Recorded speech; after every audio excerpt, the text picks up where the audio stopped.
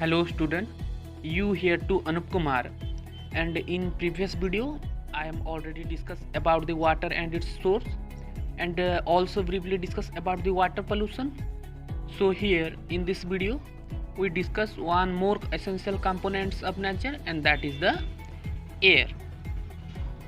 Air एक बहुत ही important component है एनवायरनमेंट का। विदाउट वाटर हम कुछ घंटे या कुछ दिन भी जीवित रह सकते हैं, लेकिन हम एयर के बिना हम एक मिनट भी सरवाइव नहीं कर पाएंगे।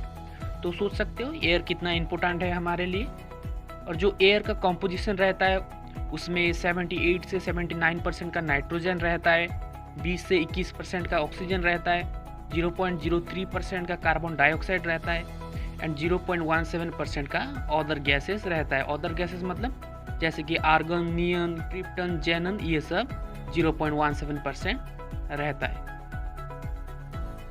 So first we know what is pollution. Pollution is the one of the biggest problem on the planet nowadays, and it is the most dangerous and lethal and dreadful to us. And pollution destroys the earth and damage the original components of nature, and due to damage of natural components of nature it create deathfulness to us.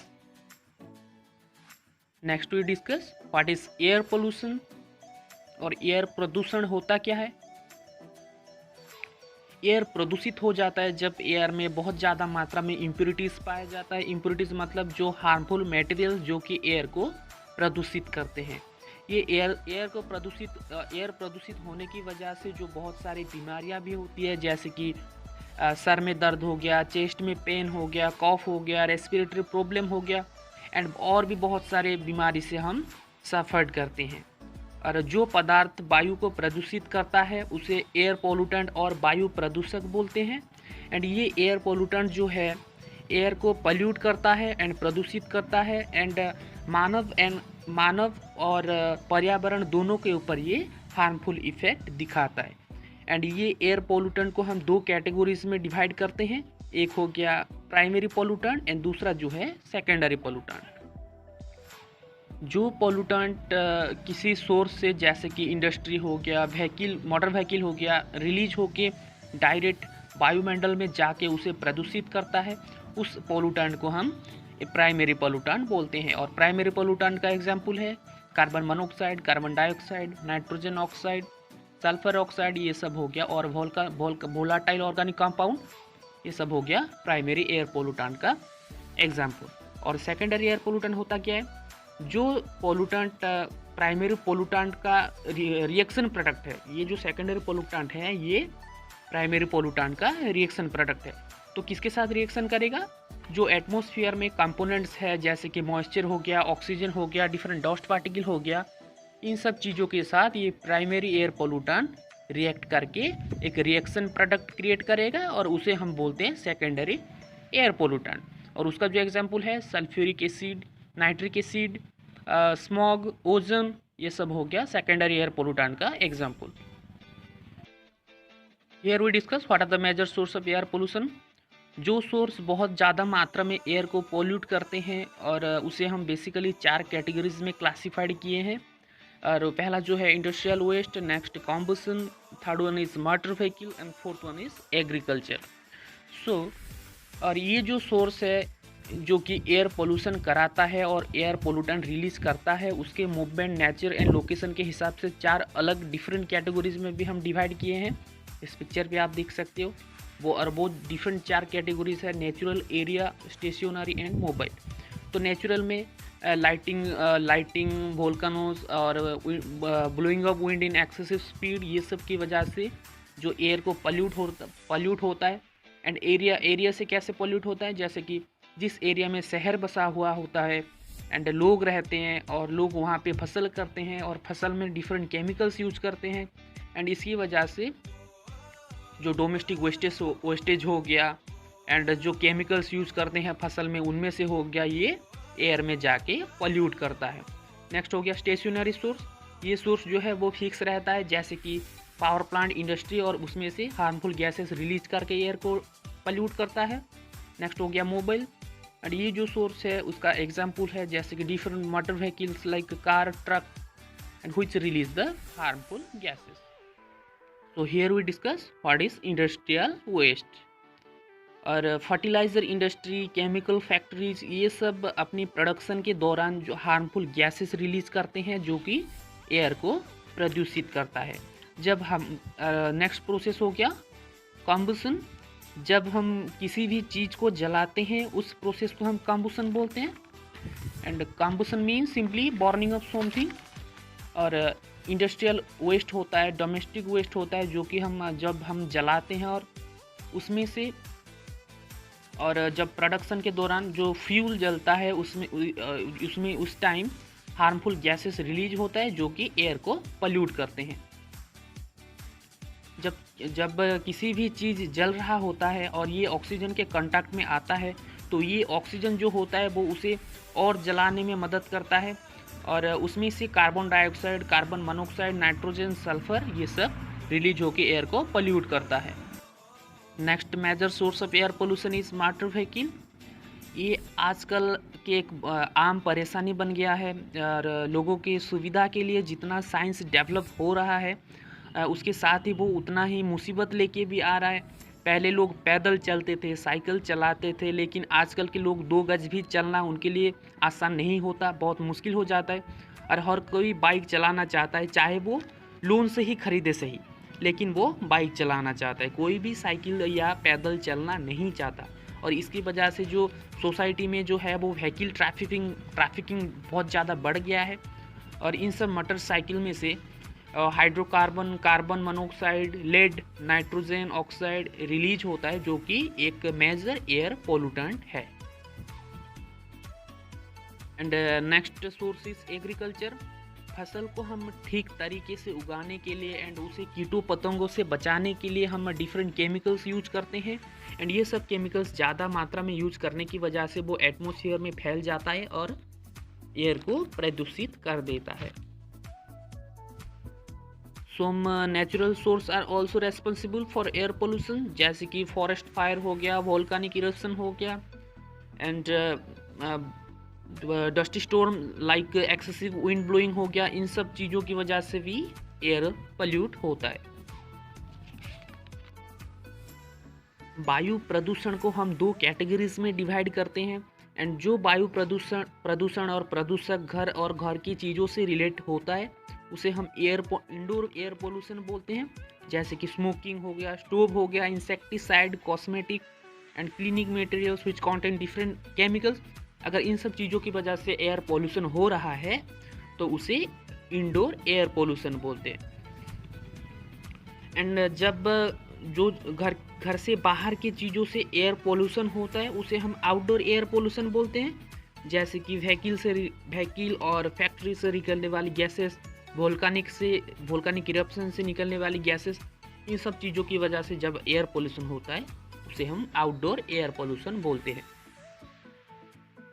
यहाँ पे कुछ main pollutant and उसका जो negative health impact रहता है उसके बारे में डिस्कस करेंगे। तो पहला जो मेन पोल्यूटेंट हो गया वो कार्बन मोनोऑक्साइड है। ये एक colourless, odourless and toxic gas है, और ये जब कोई कार्बन कंटेनिंग फ्यूल पूरी तरीके से नहीं जल पाता तो ये कार्बन मोनोऑक्साइड बनाता है। एंड इसका जो सोर्स है बेसिकली वो मोटर व्हीकल से ये ज़्यादातर रिलीज होता है। एंड ये जो कार्बन मोनोऑक्साइड का बहुत सारे हेल्थ के ऊपर नेगेटिव इम्पैक्ट रहता है, जैसे कि ब्लड का जो ऑक्सीजन कैरिंग कैपेसिटी है उसे वो डिक्रीज कर देता है। हार्ट का जो पंपिंग कैपेबिलिटी है लाइक कॉन्ट्रैक्शन प्रॉपर्टीज वो रिड्यूस कर देता है। ब्रेन एंड किडनी फंक्शन को, ब्रेन एंड लॉन्ग्स, किडनी, ये सब चीज़ों की फंक्शन को भी वो डैमेज कर देता है और रिड्यूस कर देता है। Next main pollutant is lead, and ये भी एक हाईली टॉक्सिक मटेरियल है। एंड ये हाउस होल्ड प्रोडक्ट में भी यूज होता है, जैसे कि कार सीट बेल्ट में लेड का पाया जाता है, ज्वेलरी में पाया जाता है, लॉन्ग बॉक्स में पाया जाता है। और अगर ये इन सब चीज़ों अगर ख़राब हो जाने के बाद अगर हम उसे जलाएंगे या दफनाएंगे तो ये लीड रिलीज करने लगता है एटमॉस्फेयर में। And next is nitrogen oxide. When we burn fossil by producing nitrogen oxide it produce nitrogen oxide and nitrogen dioxide. यहाँ पे फॉसिल बोला गया है। फॉसिल मीन्स ये जीव जंतु या एनिमल ऑर्गेनिज्म से रिलेटेड है, जैसे कि कोई जीव जंतु का पुराना स्केलेटन हो गया, उसका कोई पुराना एग हो गया, इन सब चीज़ों को हम फॉसिल बोलते हैं। एंड इसका कुछ नेगेटिव हेल्थ इम्पैक्ट रहता है, जैसे कि नाइट्रोजन डाइऑक्साइड लॉन्ग को इरिटेट करता है, इन्फेक्शन कराता है, ये एसिड रेन भी कराता है, और जो ग्राउंड लेवल का जो ओजन की मात्रा है ये बढ़ाने में मदद करता है। Next pollutant is particulate matter. Particulate matter means जो मटेरियल एटमॉस्फेयर में फ्लोट होके रह रहा है और सस्पेंडेड होके रह रहा है, वो चाहे सॉलिड पार्टिकल्स भी हो सकता है, लिक्विड पार्टिकल्स भी हो सकता है, गैसेस भी हो सकता है, इन सब चीज़ों को हम पर्टिकुलेट मैटर बोलते हैं। और ये मटेरियल जब हम सांस लेते हैं, सांस के थ्रू ये लंग्स में पहुंच जाता है एंड ये उसमें इन्फेक्शन करवाता है। एंड एयर पोल्यूशन की वजह से एनवायरनमेंट में बहुत सारी नेगेटिव इफेक्ट दिखाई देता है, जैसे कि एसिड रेन हो गया, ग्लोबल वार्मिंग हो गया, ओजन लेयर डिप्लीशन हो गया एंड स्मोक हो गया। ये 4 negative impact of air pollution towards our environment. So we discuss first negative impact of air pollution, and that is the acid rain. Acid rain मतलब जब air pollutant जो air को pollute करते हैं वो चीज़ और वाटर ड्रॉपलेट्स के साथ जब रिएक्ट करता है एटमॉस्फेयर में, तब एसिड रेन क्रिएट करता है। एंड एसिड रेन की वजह से जो सॉयल एंड वाटर का जो एसिड लेवल रहता है वो बढ़ जाता है। एंड यहाँ पे 2 वर्ड आया है, जैसे कि एक है फ्लोरा एंड दूसरा जो है फौना। फ्लोरा मतलब ये प्लांट एंड इट्स स्पेसीज से रिलेटेड है, एंड फौना मीन्स ये एनिमल एंड इट्स स्पेसीज से रिलेटेड है। और ये जो एसिड रेन है ये बिल्डिंग्स हो गया, जैसे कि ताजमहल, ब्रिटिश पार्लियामेंट, ये सब पुरानी बिल्डिंग और नई बिल्डिंग, ये दोनों को भी ये डैमेज करता है because it contain acid. Next impact is ozone layer depression.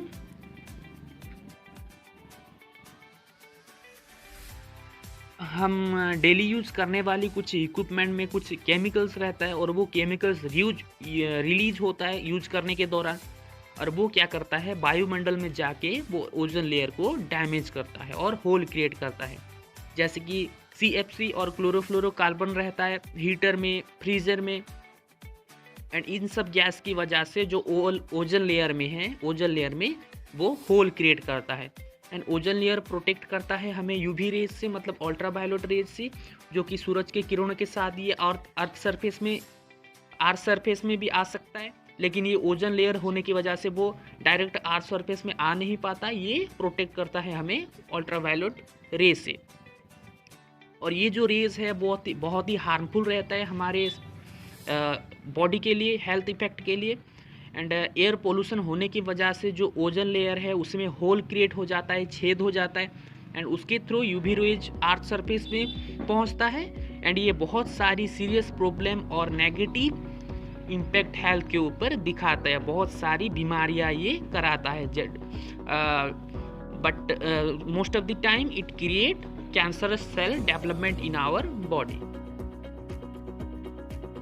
Next is smoke and fog. ये दोनों वर्ड को मिला के स्मोक वर्ड आया है, एंड ये 2 टाइप्स का रहता है, एक हो गया फोटोकेमिकल्स एंड दूसरा जो हो गया कोल। एंड ये जो फोटोकेमिकल्स है ये सस्पेंडेड मटेरियल्स, मतलब जो एयर एटमॉस्फेयर में सस्पेंडेड है जो मटेरियल्स, डस्ट हो गया, मॉइस्चर हो गया, एंड उसके साथ नाइट्रोजन ऑक्साइड, ये दोनों मिलके एयर पोल्यूटेंट क्रिएट करते हैं और एयर को पोल्यूट करते हैं। एंड ये जो कोल है ये sulphur dioxide, nitrogen and carbon, इन सब चीज़ों का ये मिश्रण है। ये जो कोल है ये भी एयर को पोल्यूट कराता है। एंड ये जो स्मॉग जो है ये एनवायरनमेंट को धुंधला बना देता है, साफ दिखाई नहीं देता, एंड इसकी वजह से जो हमारा डेली वातावरण है उसमें नेगेटिव इफेक्ट दिखाता है, और एक्सीडेंट की मात्रा ज़्यादा मात्रा में ये एक्सीडेंट करवाता है due to improper clearance of the road. Next, हम कुछ स्टेप एडॉप्ट करके हम एयर पोल्यूशन को रोक सकते हैं, और एयर पोल्यूशन को हम एयर को पोल्यूट होने से बचा सकते हैं। जैसे कि हम लोगों को हम एजुकेट करना चाहिए, एयर पोल्यूशन का जो नेगेटिव इफेक्ट रहता है उसके बारे में उन्हें बताना चाहिए, जो कि वो लोग सतर्क हो सके और मदद कर सकें और एयर पोल्यूशन को रोकने में वो मदद कर सकें। और भीड़ भाड़ वाली जगह में और भीड़ भाड़ वाली रूम में प्रॉपर वेंटिलेशन की सुविधा होनी चाहिए, जो कि लोगों को सफोकेशन से बचाएगा। एंड एयर जो है एंड जो कार्बन डाइऑक्साइड है रूम से, वो भी बाहर को निकाल देगा। यहाँ का जो मेन इम्पोर्टेंट चीज़ है वो लोगों को सफोकेशन से बचाना। लास्ट जो है, खुली जगह में हम किसी भी चीज़ को नहीं जलाना चाहिए। अगर जलाएंगे तो उससे निकलने वाली जो गैस है वो एयर को पल्यूट करता है। और जो पब्लिक प्लेस में हम स्मोकिंग नहीं करेंगे और स्ट्रिक्टली प्रोहिबिटेड करना चाहिए, मना करना चाहिए। पब्लिक प्लेस ही नहीं, स्मोकिंग को ही हम नहीं करना चाहिए, because it create severe long disease like tuberculosis, आजमा। कितनी मात्रा में और कौन कौन सी टॉक्सिक गैसेस रिलीज कर रहा है इंडस्ट्री, उसके बारे में हमें ध्यान देना चाहिए और गवर्नमेंट को ध्यान देना चाहिए। मोटर व्हीकल रूल जो कि गवर्नमेंट ने हमारे सेफ्टी के लिए बनाया है, उसे हम स्ट्रिक्टली फॉलो करना चाहिए। और जो हमारा जो मोटर व्हीकल में हम लीड फ्री फ्यूल यूज करेंगे, तो उसमें से लीड का काम क्या होता है, जो जब हम मोटर व्हीकल यूज करते हैं उसमें जब हम चलाते हैं तो वो जब बहुत सारी धुआं क्रिएट करता है ये लीड। तो अगर हम लीड फ्री फ्यूल यूज करेंगे तो ये जो मोटर व्हीकल से निकलने वाली धुआं की जो मात्रा है हम उसे कम कर सकते हैं। एंड उसकी वजह से जो है कुछ मात्रा में एयर को पॉल्यूट होने से हम बचा सकते हैं। So this is enough here regarding air and it's pollution and how to control the air pollution. It is such a easy topic. Hope you have well understand. If you have any kind of doubt, please ask to me. Have a good day.